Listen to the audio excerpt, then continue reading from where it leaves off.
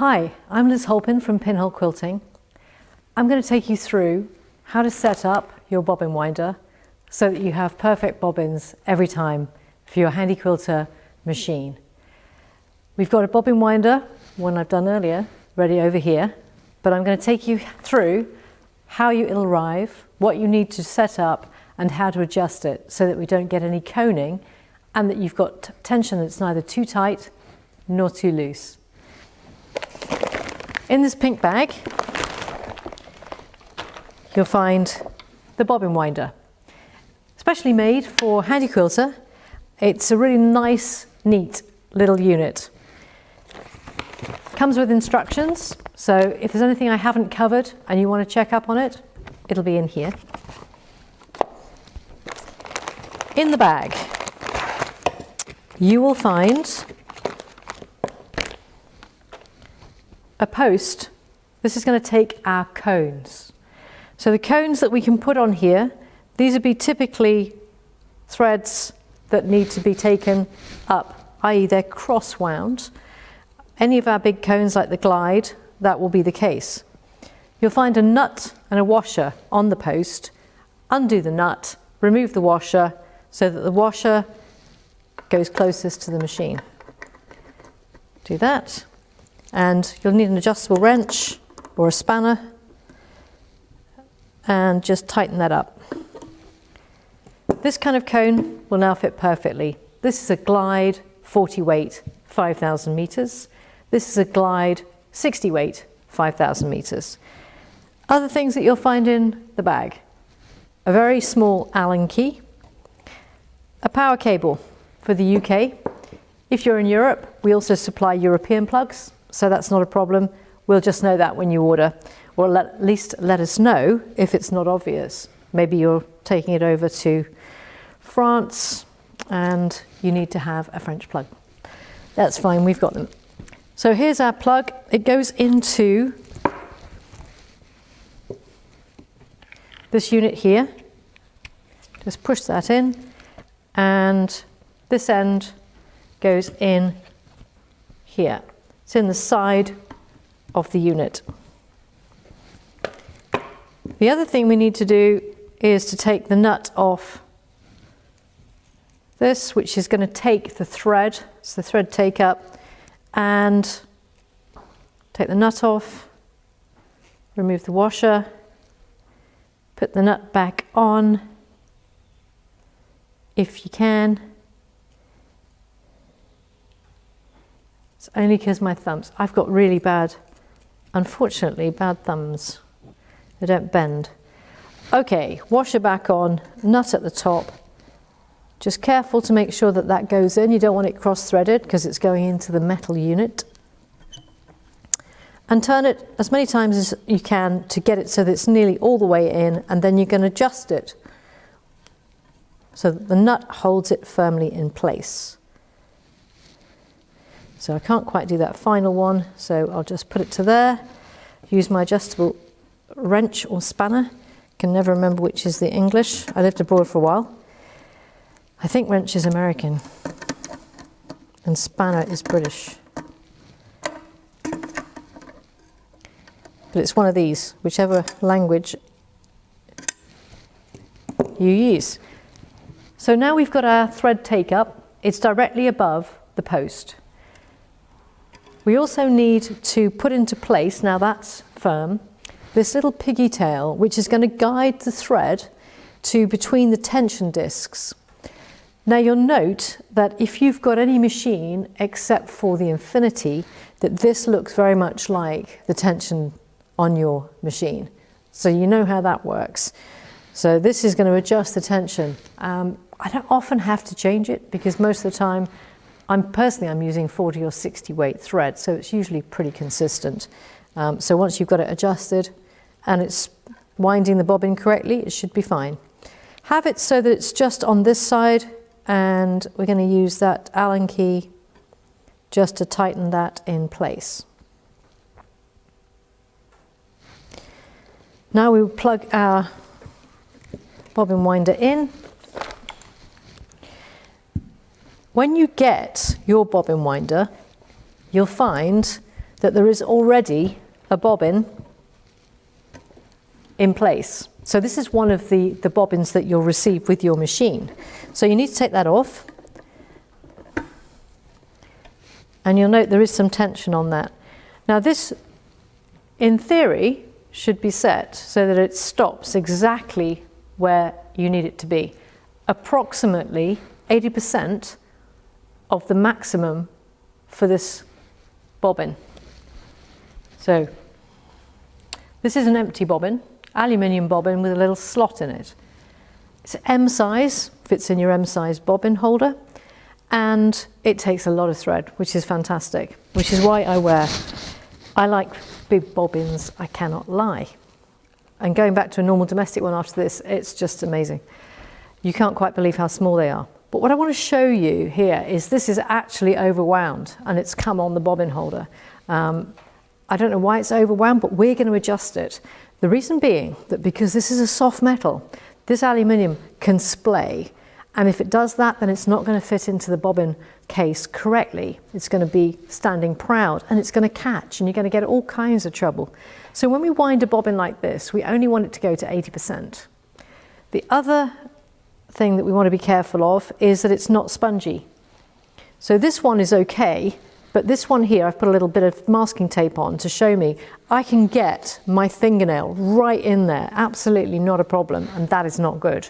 What's going to happen is as you sew, the thread is going to get tighter as it gets dispensed, and it's going to jam in that thread that's very, very spongy. And if you get a bobbin like that, don't throw the bobbin thread away. Put it into a plastic container at the back of the bobbin winder and put the bobbin in there and have it come up here and do what we're going to do in a moment and just rewind it onto another empty bobbin. So that's a couple of things that I wanted to mention. So here's our aluminium bobbin. When we wind a bobbin, it's a good idea to give it a good start. You can sometimes hear it when it's getting towards the end of a bobbin. It actually sounds rattly, it's light, it's hardly got any weight of thread on it, and you can actually hear it. Get used to your machine, you'll notice that. Well, I'm going to wind this thread. This is the sterling colour of Glide 60. Put that on there, through the holder, thread holder, around this piggy tail. Now, this bit is really important.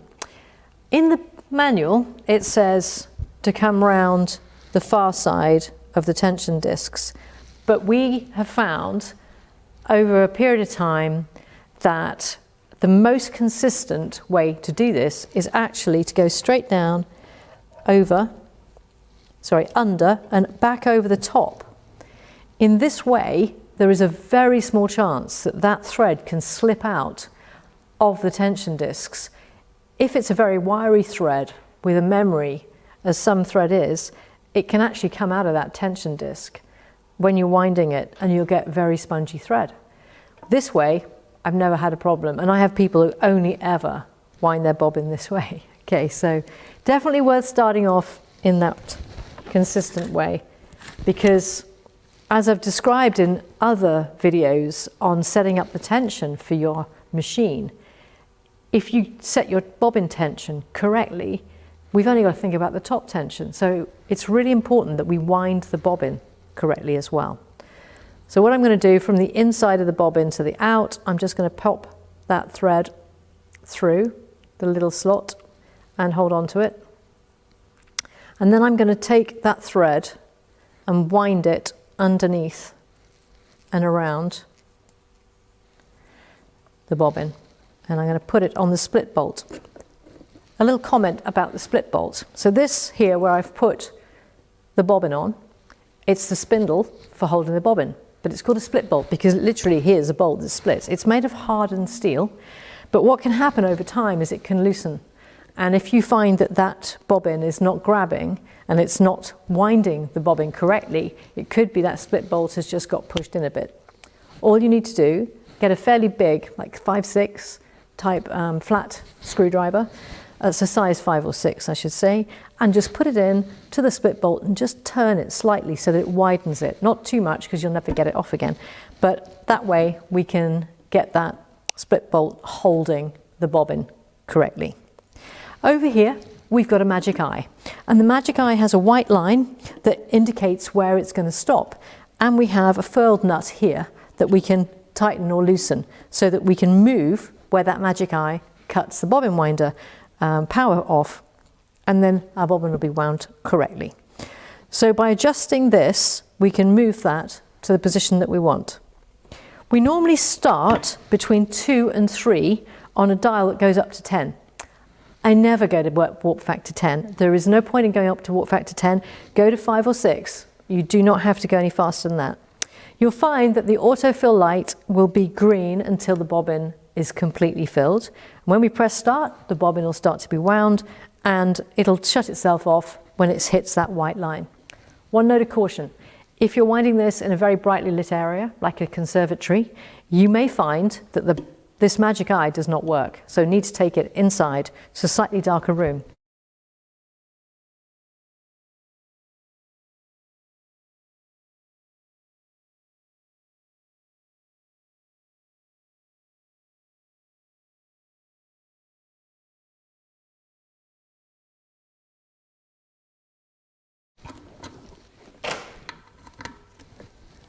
So that's now green.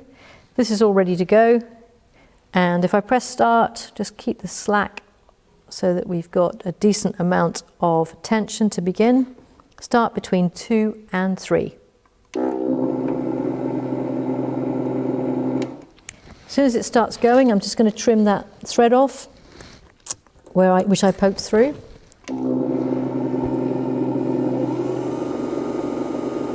I can increase the speed to between 4 and 5 initially, and as soon as I've got a little bit on there, I'm just going to test the tension. Yep, that's good. It's staying in there, staying in the tension discs. If you're worried, ease the tension discs apart with your fingernail.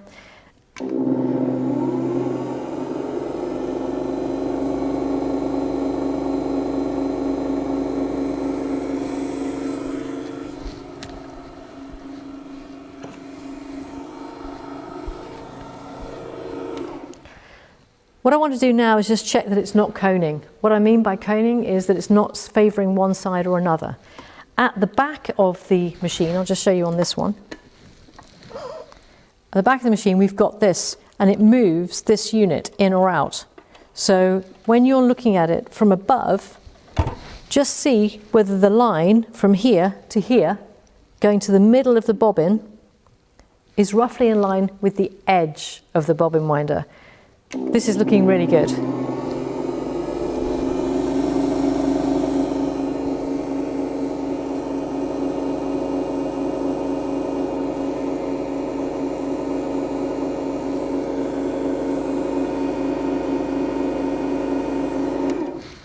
Just check again, because I've not used this machine before. It was brand new, just out of the packaging.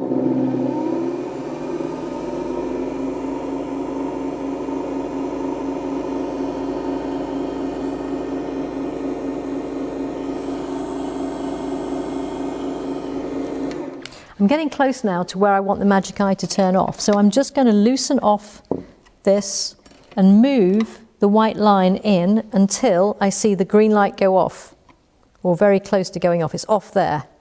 So move it slightly out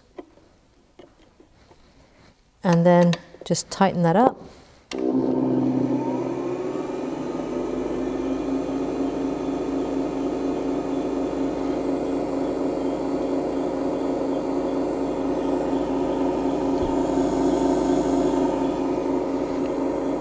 Because the sun's just come out, so it might be a bit too bright. Nope, it's done it. Great. So it's stopped where it's going to be, where it's now full. So I can just cut that, and that's my bobbin, nicely filled, ready to go. That is the Handi Quilter Bobbin Winder, and I've just shown you there how to wind your own bobbins. Enjoy.